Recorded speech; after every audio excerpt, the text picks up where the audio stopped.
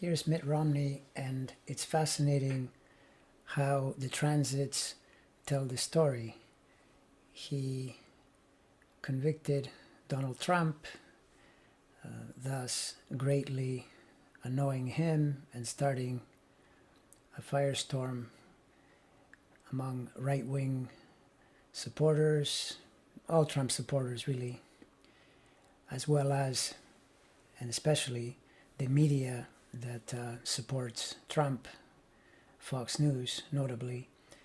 And we can see this in the Uranus transiting in early Taurus, squaring the Saturn-Venus opposition. At the moment it's mostly Saturn, but it's effectively Venus as well. It already got pretty close to those degrees earlier on, and it's moving in that direction later this year. We can expect more static toward Romney from the media, or at least from that side of the media, for the rest of the year, because this aspect will remain in play. However, we see Neptune moving toward his sun. It's almost there, it'll be there mid-year, and the stellium of planets in Capricorn is in the late degrees, supporting both his moon and his sun.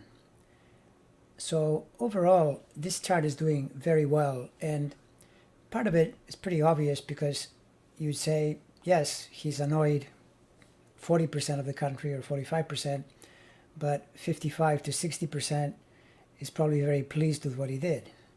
And I would think that history will reward him because I believe he did the right thing.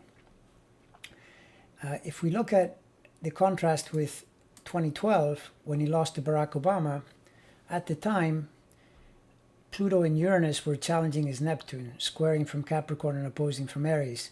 This made winning very, very difficult because Neptune is a planet that is very strongly connected to popularity, to merging with a trend at a certain period of time. And that simply wasn't the time. With those two outer planets hitting him that hard, it made things very difficult. And in addition, Neptune itself was transiting right on the zenith, which is a high notoriety point, but when the degrees are exact, it does square the horizon, and that also isn't helpful.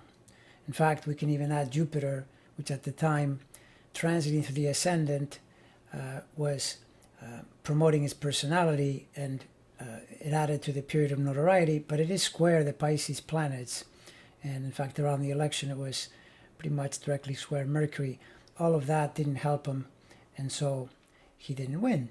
But when we look at this, it's a lot more favorable. In fact, I'm wondering if the Republican Party has missed an incredible opportunity here, because had they followed him and convicted Trump and somehow managed to put him in the role of maintaining the presidency, there's a good shot that he would have done it in this case, because this chart is so much more supportive than was the case in 2012. And of course, we know this will never happen, but had they done it, I strongly suspect that he might have held on and given the Republican Party 4 more years.